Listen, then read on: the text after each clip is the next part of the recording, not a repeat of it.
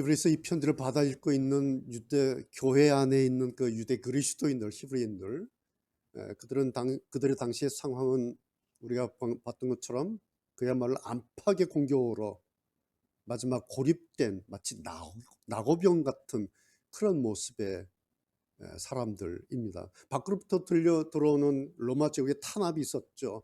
박해가 있었죠. 그 박해와 탄압 앞에 그들은 목숨의 위협까지 느끼고 있습니다.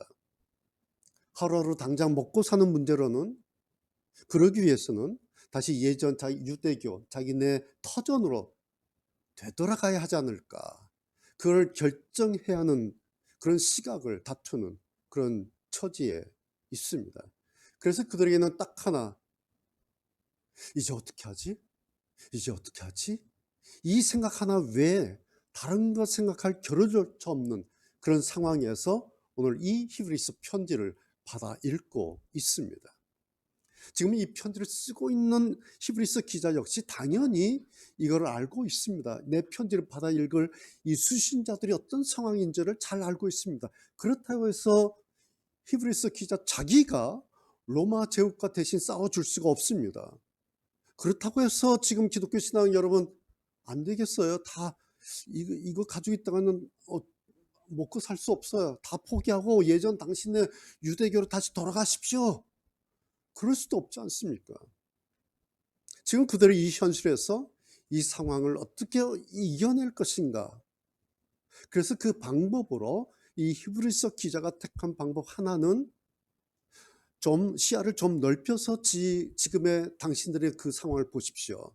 당신들의 그 시야를 조금 넓혀서 당신들이 받고 있는 안팎으로 오고 있는 그 상황을 좀 그렇게 넓은 시야로 한번 보십시오. 그러기 위해서 채택한 용어가 오늘 4장에 나오는 아직이란 용어와 그리고 이미라는 이 두 가지 용어입니다. 여러분 1절 한번 보십시오. 4장 1절 보십시오.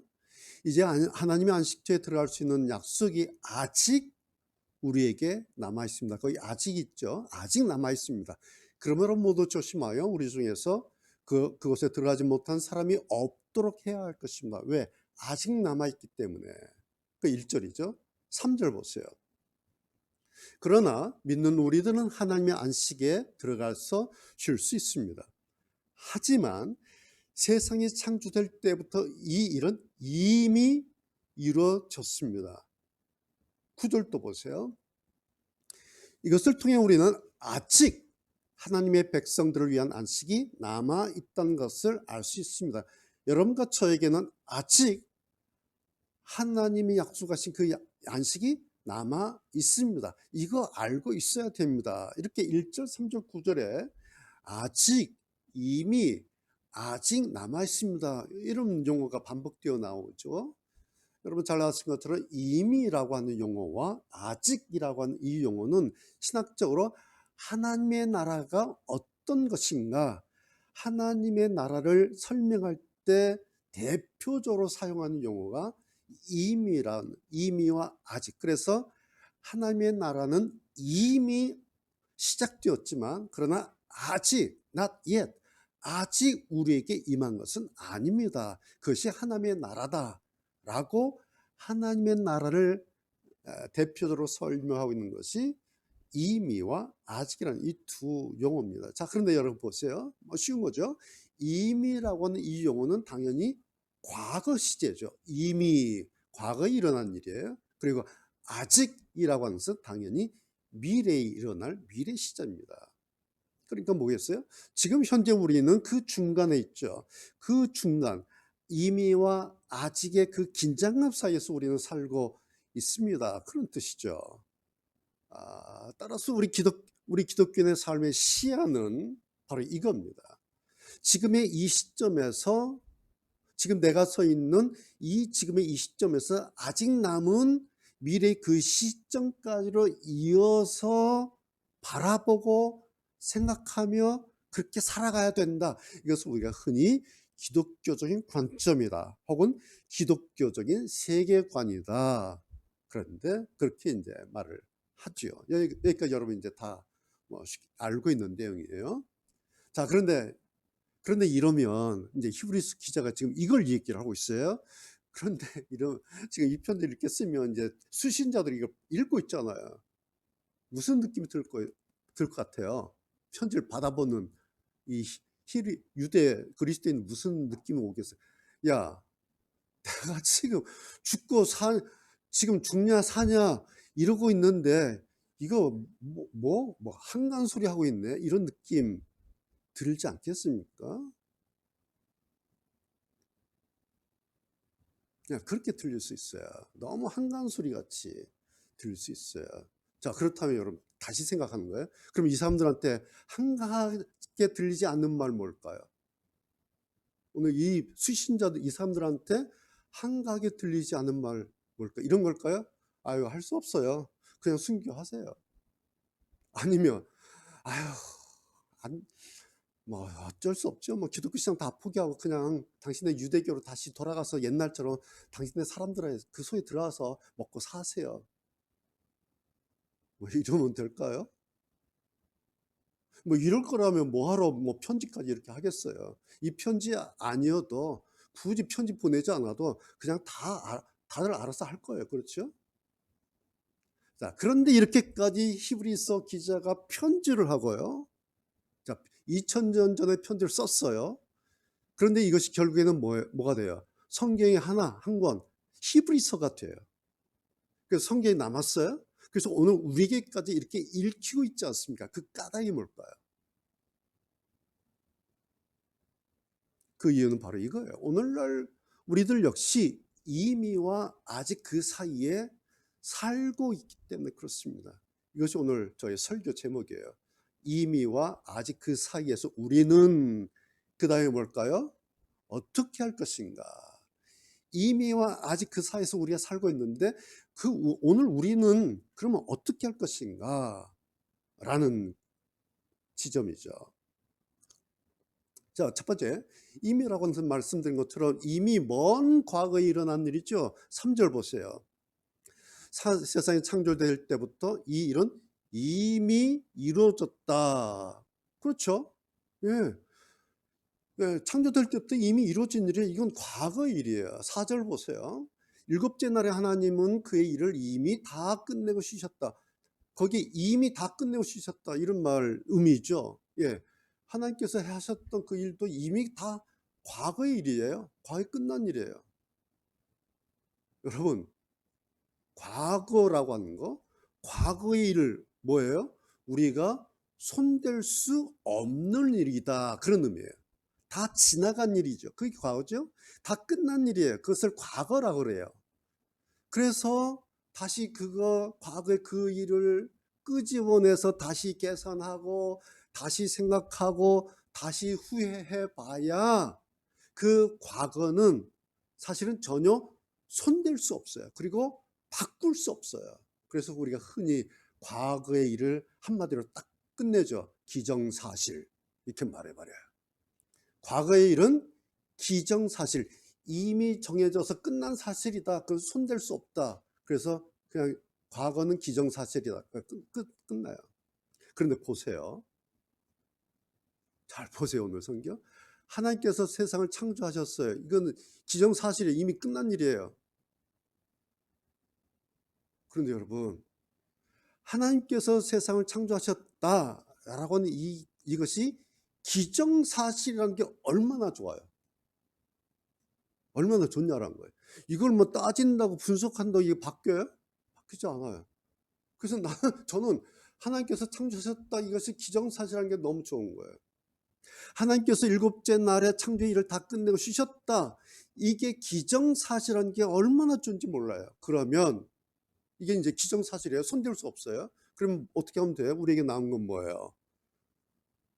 아까 제가 기도했던 것처럼 이 쉼이라는 게 하나님의 거기서 왔구나. 그러면 그냥 이거 우리는 누리면 돼요.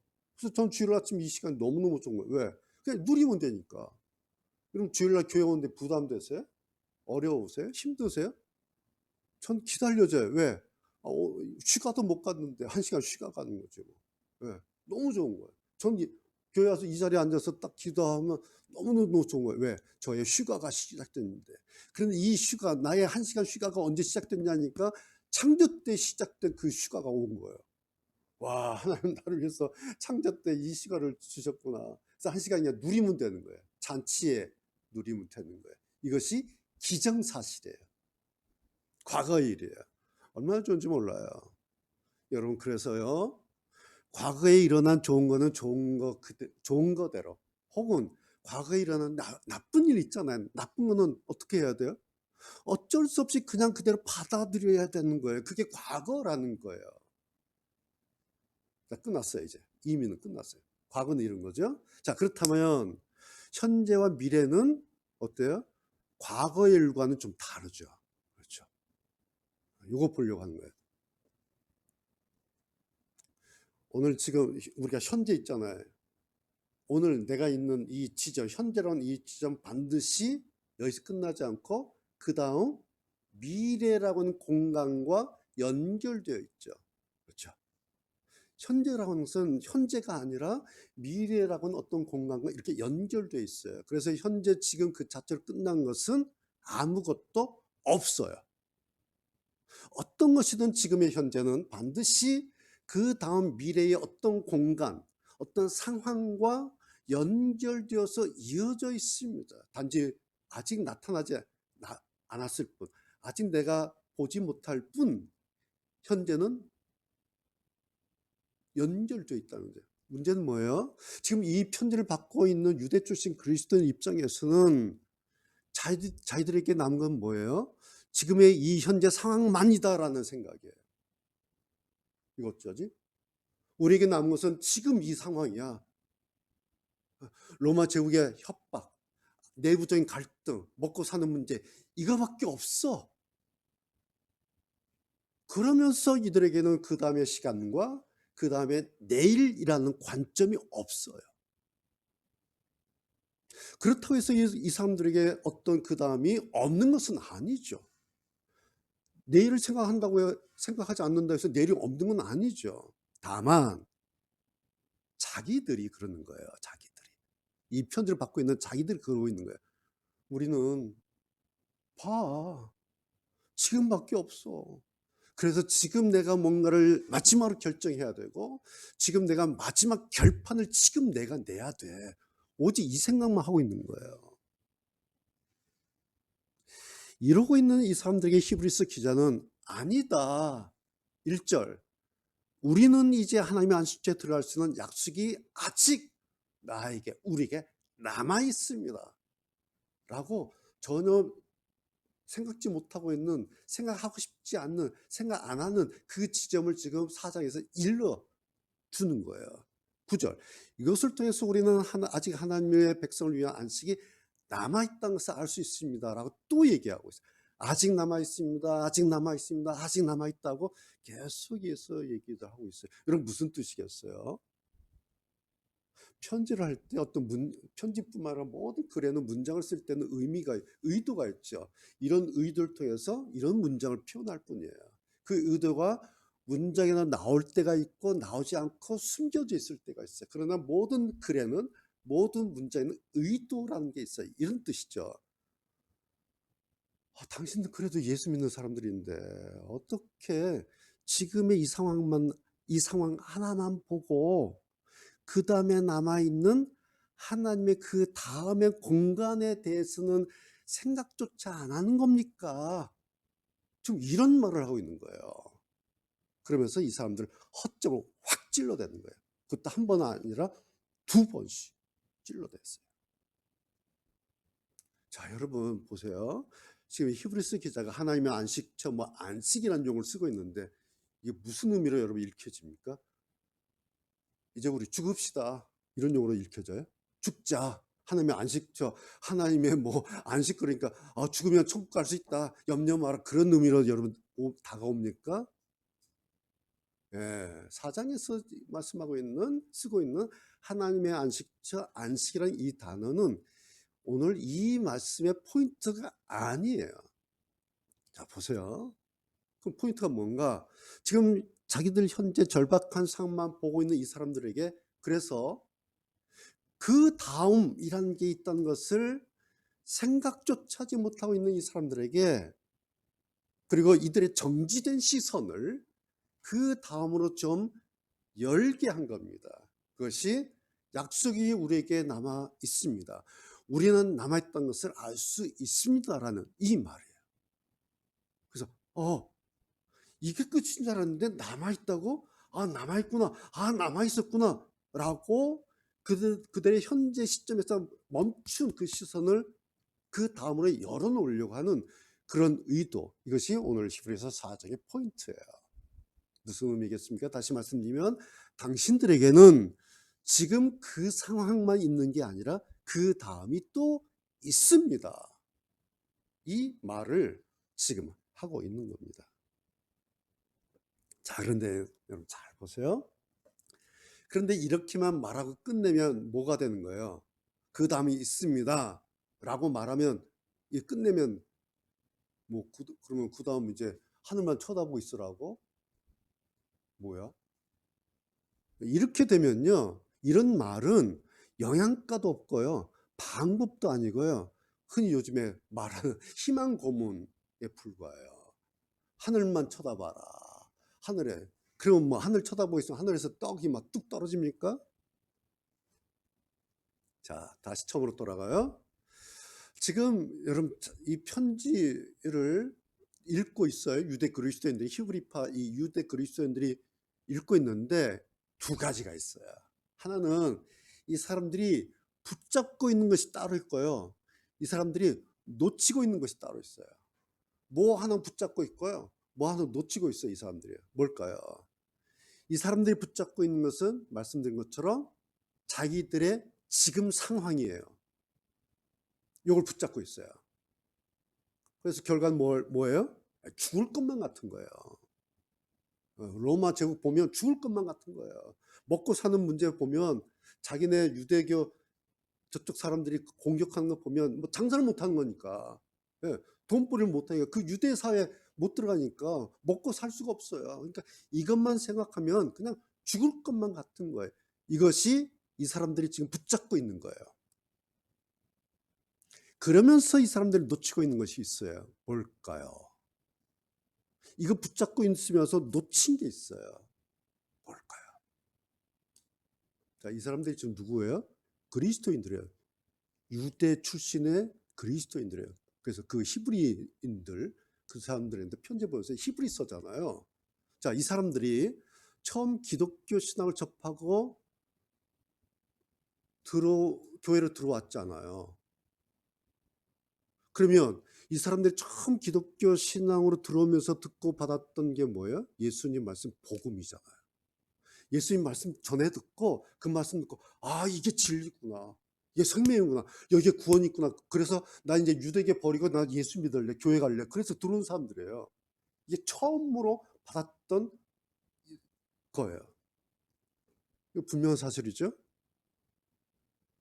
자, 이 사람들이 그렇게 할 때 도대체 무슨 근거로, 자기네 조상 때부터 신앙이었잖아요. 그리고 자기들이 그냥 삶이었어요. 그 오랜 유대교 전통 다 버린 사람들이에요. 그러면서 유대교 전통을 다 버리고 전혀 다른 종교잖아요. 이렇게 기독교, 그리스도교, 다른 종교로 왔어요. 전혀 다른 공동체, 교회 안으로 들어왔어요. 뭐 때문에? 복음 외에는 이유가 없어요. 복음. 그들이 자기 공동체 버리고 교회로 들어온 그 터닝 포인트가 뭐냐? 복음을 듣고 들어온 사람들이에요.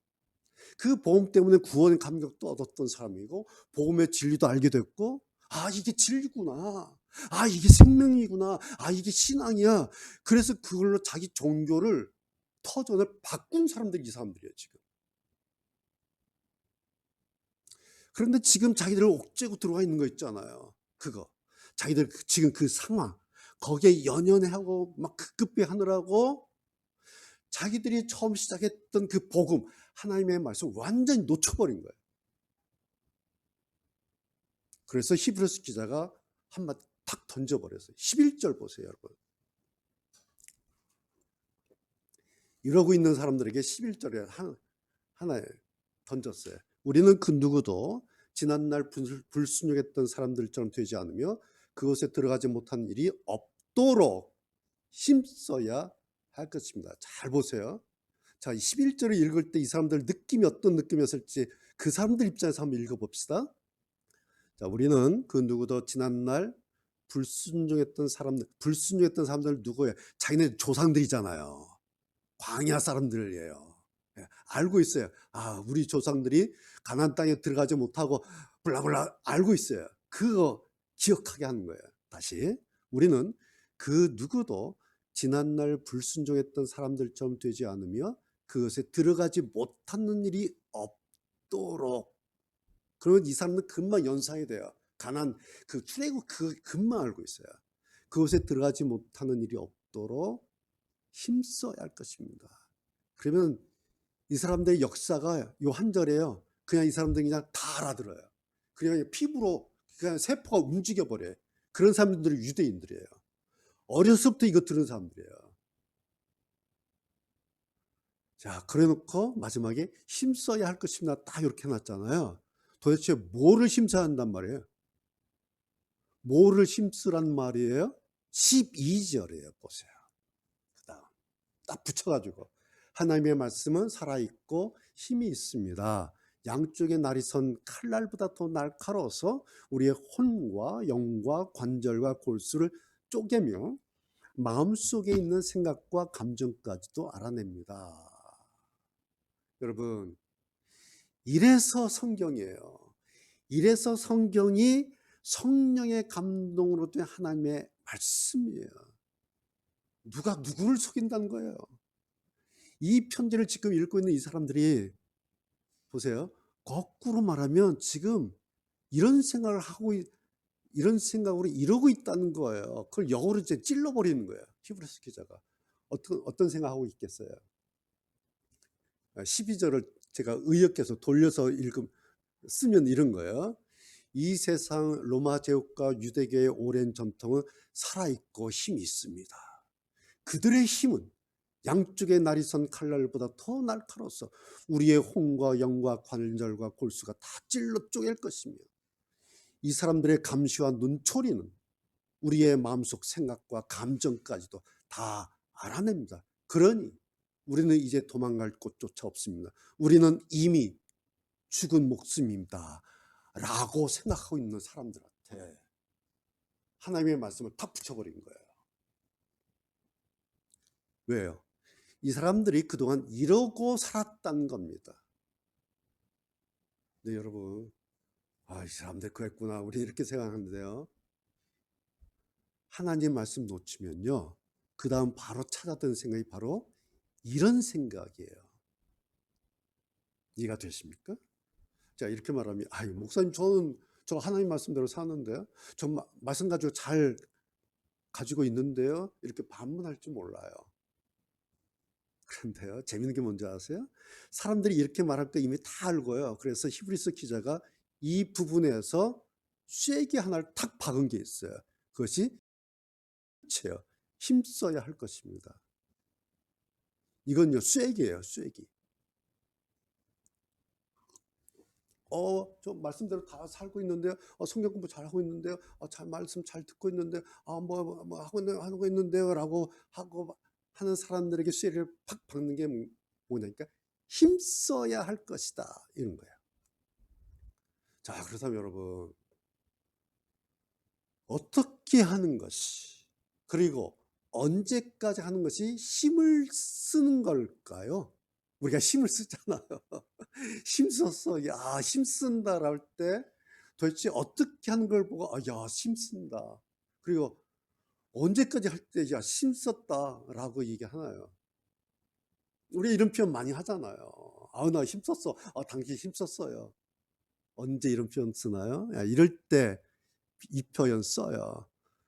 더 이상 힘쓸 힘이 남아있지 않을 때까지 할 때 힘썼다 그래요.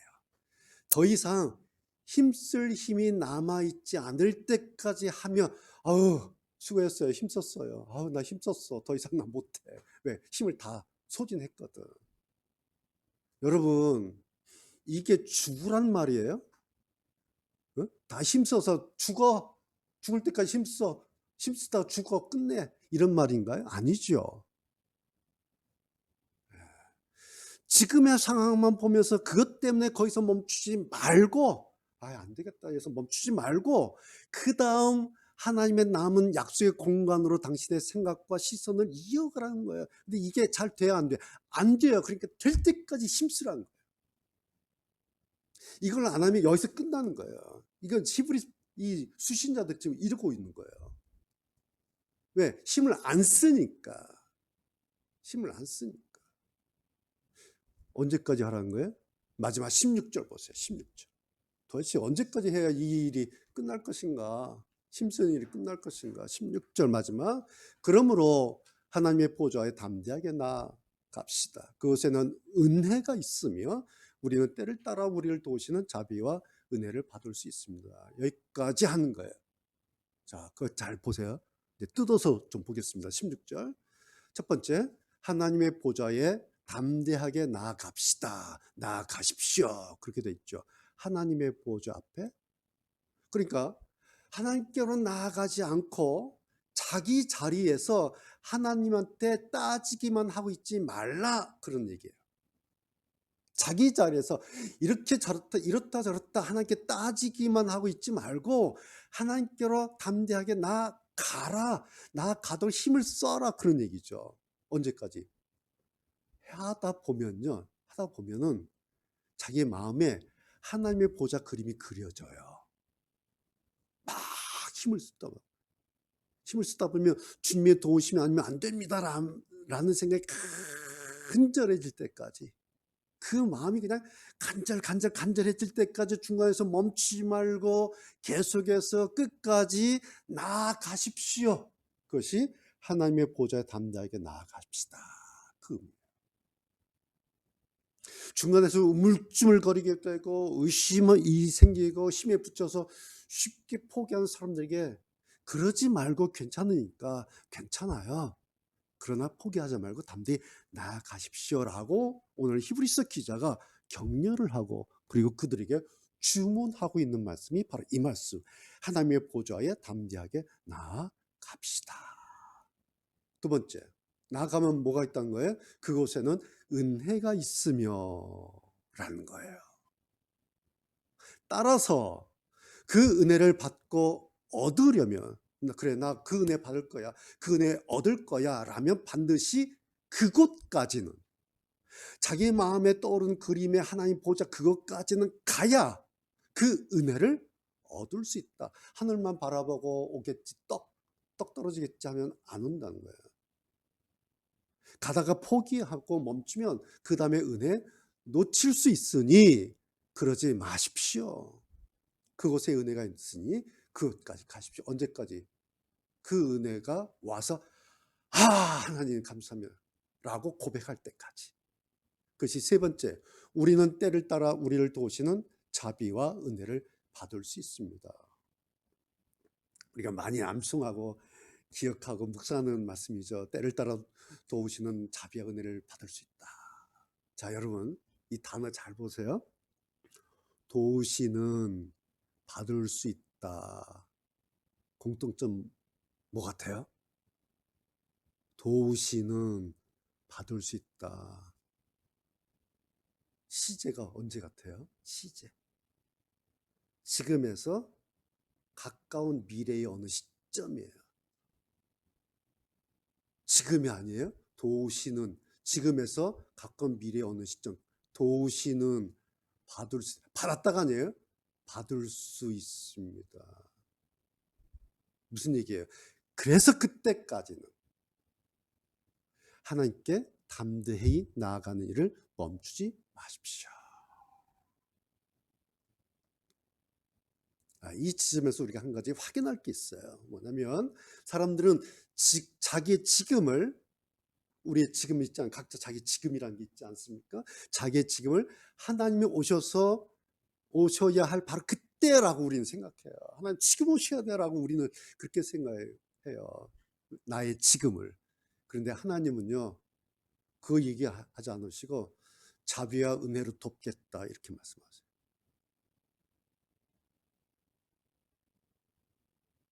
우리의 때와 하나님의 때가 시점상 같지 않을 수 있어요. 그러나 결론은 이거예요. 우리는 때를 따라 우리를 도우시는 자비의 은혜를 받을 수 있다라는 거예요. 이게 포인트예요.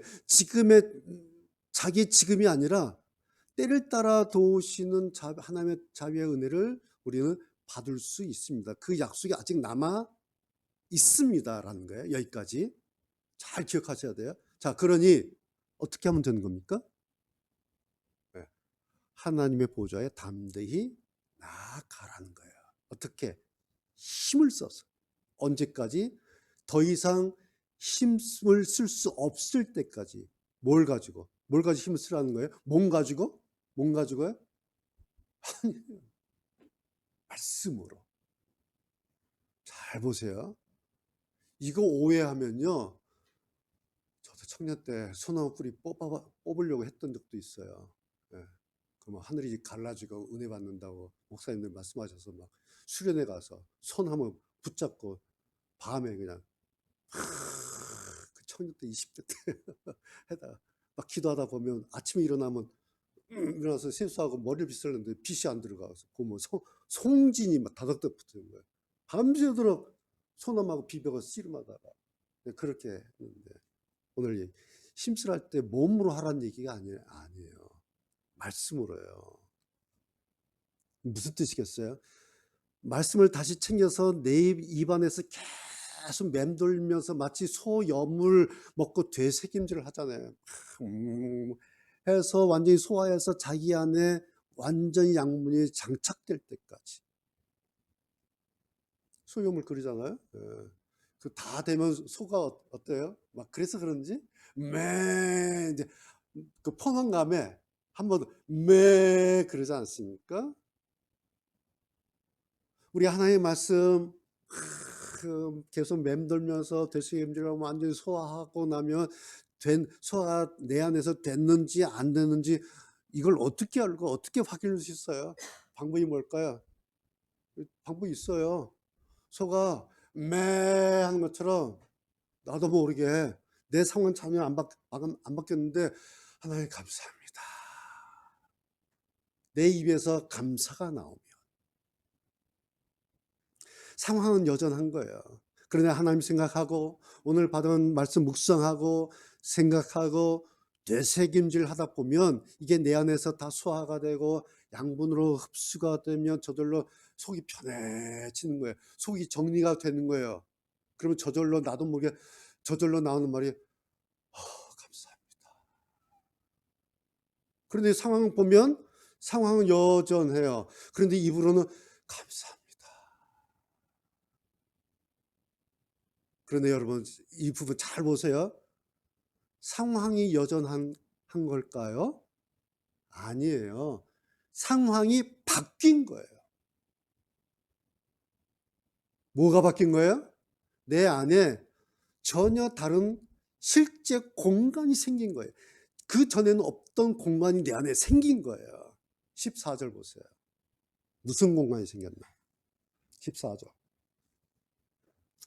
우리에게는 하늘로 올라가신 대제사장이 계십니다. 그분은 바로 하나님의 아들 예수님이십니다. 그렇기 때문에 우리는 우리의 믿음을 굳게 지켜야 합니다. 여러분, 기도응답해서 이게 된 게 아니에요. 우리에게는 대제사장 예수님이 계시기 때문에 이 공간이 생긴 겁니다. 전혀 다른 공간, 우리에게 없던 공간이에요. 이 공간은요. 이 예수님의 공간이란 내 인생에 예수님 공간은 없던 공간이에요. 우리 인생에. 그럼 이 공간이 생겼어요. 이거를 굳게 지켜야 한다는 거예요. 이 믿음이 있어야 합니다. 그러면 그 다음 또 공간 하나가 확 열려요. 그 15절에 보세요. 15절. 14절에 예수님 공간이 생기면 그 다음 15절에 공간이 생겨요. 뭐죠? 우리의 대제사장은 우리의 연약한 부분을 알고 계십니다. 이 땅에 계실 때 그분은 우리와 마찬가지로 나와 마찬가지로 시험을, 고난을, 역경을, 혼란을, 어려움을 받으셨습니다. 그러나 결코 죄를 짓지는 않으셨습니다. 이분이 우리의 주님이십니다. 여러분, 오늘 우리의 연약한 부분을 주님이 아신다라는 거예요. 나처럼 주님도 이 땅에 계실 때 시험을 받으셨구나. 그랬구나. 그래서 지금 나의 이 시험과 어려움을 누구보다 더 절실히 주님이 알고 계신다. 그 주님 앞으로 담대하게 나아가시라 라는 말씀이에요. 왜? 거기에 다시 얻을 은혜가 있고 거기에서 우리를 도우시는 주님의 자비가 우리에게로 임할 것이다. 바로 이 믿음을 굳게 가지고 지키라. 이것이 오늘 사장이에요. 만약 이 4장 편지를 이제 1장, 2장, 한 장의 편지죠. 두루마리. 한 장의 편지를 쭉 1장, 2장, 3장 읽다가 이제 4장 와서 펼치면서 이제 4장 이쪽을 쭉 읽었어요. 읽고 또 읽고 편지 접었어요. 그리고 또 생각해보고 또 생각하고 만약 이 사람들이 이 편지 읽고 그랬다면 이 유대 그리스도인들에게 어떤 일이 일어났을 것 같습니까? 네? 4장을 읽고 다시 말아서 또 4장 또 읽어보고 생각해보고 또 생각해보고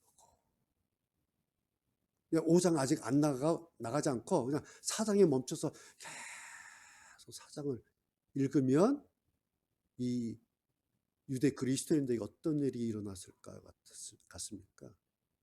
네. 시야가 바뀌었을 겁니다. 바라보는 시선의 방향과 거리가 달라졌을 것입니다. 그러면 뭔가 또다시 시작할 수 있는 겁니다. 이 편지를 읽기 전까지는 4장을 읽기 전까지는 당장 자기 코앞의 일만 생각하고 자기의 발등만 내려다보고 쩔쩔매면서 한숨만 푹 쉬어댔을 거예요. 그렇죠? 그랬던 사람들이 맞아 이 편지를 오늘의 말씀 7절도 그랬죠. 오늘의 그의 말씀이라 그랬는데 오늘의 그의 말씀으로 받아 읽었다면 이 편지 다 읽고 이 사람들이 달라졌을 것입니다. 뭐가 달라졌어요? 그들의 상황이 달라진 것이 아니에요. 자기의 상황을 바라보던 눈이 달라진 것입니다. 지금만 보던 눈에서 지금에서 이 다음에 공간까지로 눈을 들어서 이어보니 거기에 하나님의 약속이 아직 남아있구나 라는 거예요. 거기에 아직 남은 하나님의 안식과 하나님의 약속 거기에 있더라는 거예요. 그것이. 그래서 거기를 보니 거기에 하나님의 남은 은혜가 거기에 있고 거기에 우리를 도우신 하나님의 자비의 은혜가 거기에 아직 남아있더란 겁니다. 그래서 아직 남아있는 그 은혜를 보게 되니 그 은혜의 보좌 앞으로 담대히 나아갈 그 용기가 그 마음이 그 생각이 그 믿음이 나더라는 거예요. 성령이 이것을 믿음이다 그렇게 말합니다. 이 믿음을 굳게 잡아라. 이런 믿음이 뜬구름 같은 희망 고문 되지 않도록 한 가지 힘써서 해야 된다라고 주문합니다. 무엇을? 네, 다시 확인해 드립니다. 살아있고 힘이 있는 하나님의 말씀이 그냥 히브리서 4장에만 우리 암송만 하나님의 말씀 살아있고 힘이 있고 이렇게가 아니라 이 말씀이 12절 이 말씀이 살아있고 힘이 있는 하나님의 말씀이 정말 나에게 실제로 살아있고 힘이 되는 그런 실제가 되기까지 리얼리티 그런 실제가 되기까지 멈추지 말고 한 번 들었다 그냥 거기서 덮지 말고 그 말씀이 내 안에서 되새김질 잘 돼서 질 좋은 영양분으로 스며들 때까지 잘 가다 도중하차 되지 않도록 힘써야 된다.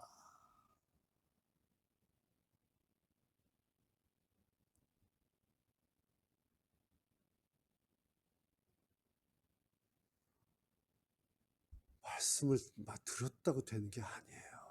오늘 말씀 보면 그렇죠? 말씀을 백날 들어도 소용이 없어요. 말씀을 백날 공부해도 소용이 없어요. 그 말씀이 내 안에 리얼리티, 실제가 되어야 돼. 그때까지는 자리에서 일어나면 안 돼요. 생각의 끈을 놓으면 안 돼요. 덮으면 안 돼요. 힘써야 돼요. 자, 보세요. 지금까지 완전히 널브러져 있던 사람들의 이 유대 성도들한테 오늘 이 사장의 말씀은 정말 크게 도전이 되고 정신 번쩍 들었을 거예요. 그러면 다행이고, 그러면 복이에요. 그런데 만약 그러지 않았다면 이 사람들은 회복 불가능의 심각한 중증에 들어갔다는 증거예요. 오늘 사장을 읽고 도저히 정신 바짝 들지 않고 막 도전이 되지 않으면 이미 치유불능의 심각한 중증에 들어가 있다라는 증거입니다. 그래서 저는 생각할 때 이 사장 읽다가 야, 이 사람들 뒤집어졌겠다. 이 사람들 막 난리 났겠다. 5장 읽을 필요도 없어요. 히브리 서는 그냥 4장에서 끝나는 거예요. 이제 말씀을 마칠까요? 코로나가 이제 끝났잖아요. 3년. 코로나 여러분 우리 다 애썼어요. 그런데 코로나 끝나서 마스크 벗어 신났다 했는데 교회로 보면 어떤 목사님이 글을 썼는데 탈교회 시대가 본격적으로 드러나기 시작했다. 이런 타이틀의 글을 썼어요. 사설에다가. 코로나 끝나고 교회를 떠나는 시대가 본격적으로 시작됐다. 깜짝 놀라서 그 사설을 읽어본 거예요. 보니 지난 10년 동안 코로나를 포함해서 지난 10년 동안 우리 교단이 합동교단이 장로교 합동교단인데 합동교단의 교인들이 70만이 사라졌어요. 통합측 장신대 통합측 교인은 50만이 줄었다는 거예요. 장로교 두 교단 큰 교단만 계속 카운트를 해보니까 요즘 카운트 정확해요. 우리 교회도 늘 교단이 보고해. 옛날에는 가라도 있고 좀 그랬어요. 근데 요즘엔 가라 없어요. 정확해요. 왜냐면 우리가 이제 연말 그 소리 때문에 정확하게 보고를 하고 매년 세례교인 헌금 납부를 합니다. 정확하게. 그래서 요즘 나오는 교회 통계는요 정확해요. 그럼 매년마다 갱신해요. 그래서 확인해서 다시 내려보내서 재확인하여서 그래서 요즘 나오는 교회 통계는 거의 정확해요. 계산해보니 10년 동안 우리 교단에서 70만, 통합적 50만 교인이 사라졌어요. 우리 교단요, 작년 한 해 1년 동안, 저도 깜짝 놀랐어요. 1년 동안 400개 교회가 폐쇄 신고를 해버린 거예요. 없어진 거예요. 1년 동안. 그래서 이제 여러 가지 이유를 얘기를 하겠죠. 대안들을 얘기했죠. 모든 신학자들, 이 지점에 대해서 모든 신학자들, 모든 목회자들 사이 이론이 없는 게 첫 번째 이유, 첫 번째 이야기가 뭐냐니까 탈교회의 첫 번째 원인은 하나님 말씀, 복음을 소홀히 한 성장주의 때문이었다. 교회 성장 때문에 교회가 망했다. 이 얘기를 하는데 모든 목회자와 모든 신학자가 이 의의를 제기하지 않아요. 다 동의를 해요. 이게 아이러니잖아요. 교회가 성장하려고 성장주의 목회를 했는데 교회가 이렇게 됐다는 거예요.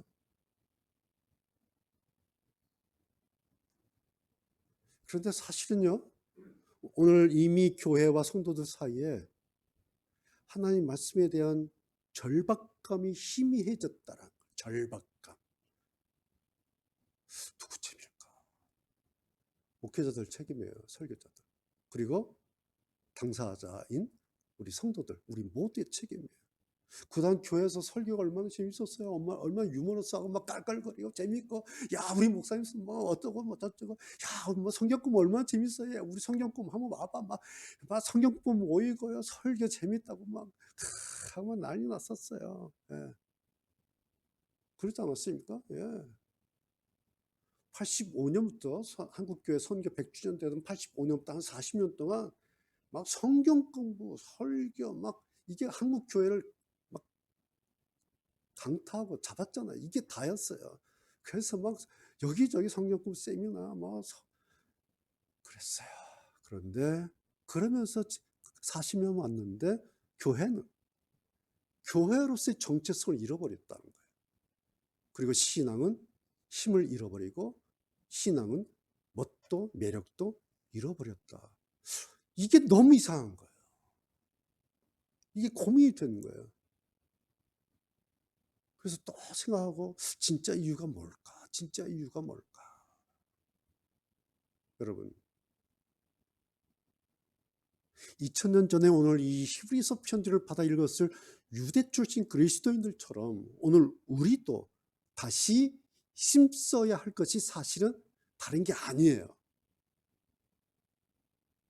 로마 제국의 위협 때문에, 먹고 사는 현실적인 문제 때문에 자기도 모르고 놓치고 있었던 자기들 신앙의 초입, 내 신앙이 시작됐던 그 초입, 내 신앙을 시작되게 했던 이 하나님의 말씀에 다시 힘을 쏟아야 하는 이 일. 그러면 여기에서 길이 열리고 이 말씀에서 방법이 보이고 이 말씀을 통해서 하나님의 도우시는 자비와 은혜를 경험하게 될 것이다 라는 말씀입니다. 왜? 때를 따라 우리를 도우시는 하나님의 은혜와 그 자비의 약속이 아직 우리에게 남아있기 때문에 그 약속을 바라보고 하나님 보좌 앞에 담대히 나아가야 한다는 거예요. 여러분, 우리는 혼자가 아니에요. 그렇죠? 내 곁에는 나를 위한 대제사장 예수님 내 곁에 계세요. 그 주님은, 그 예수님은 나의 연약한 부분을 이미 잘 알고 계시지 않습니까? 그리고 우리는 누구예요? 여러분 누구세요? 나는 누구예요? 하나님 집안 사람이에요. 적어도 우리는 하나님 집안 사람이에요. 우리는 그러면서 우리에게는 살아있고 힘이 있는 오늘의 이 말씀, 하나님의 말씀이 있지 않습니까? 그러니 방법도 있고 도와주실 분도 계시고 아직 남은 약속도 있어요. 잘 보세요. 방법이 있어요. 나를 돕겠다 하신 분도 계세요. 나를 위한 남은 약속도 있어요. 그래 남은 거 뭐 하면 돼요? 우리는 오늘을 또 힘써서 더 이상 힘쓸 힘이 없을 때까지 하나 하지 말고 다 지난 과거 뒤돌아보고 후회하는 거 그거 하지 말고 오늘을 열심히 지금을 최선을 다해서 아직 나에게 남은 하나님의 약속을 바라보면서 하루하루의 현실을 긍정적으로 바라보면서 감사한 일을 잃지 않고 내 입에서 힘은 들지만 그러면 주님 감사합니다. 이 소화되면 나오는 거거든요. 하나님 말씀이 소화되면요. 주여 감사합니다. 제가 가끔씩 말씀드리잖아요. 저희 어머니 계실 때 그냥 이러면서 아버지 그러셨어요. 저는 친정아버지가 진짜 그렇게 보고 싶은 거예요. 그 아버지가 아니었어요. 왜 그랬을까요? 하나님 말씀이 어머니 안에서 다 소화가 된 거예요. 상황은 안 바뀌었어요. 그냥 어려워요. 먹고 살기 힘들어요. 상황은 안 바뀌어요. 그런데 입에서는 아버지, 하나님, 감사합니다. 왜? 내 상황이 바뀌었기 때문에. 나에게 새로운 공간이 생겼기 때문에. 그 공간에 계신 예수님 때문에 감사가 나오는 거예요. 여러분, 아무쪼록 감사하는 일을 잃지 않고 믿음으로 열심히 살아가는 여러분과 제가 되기를 바랍니다.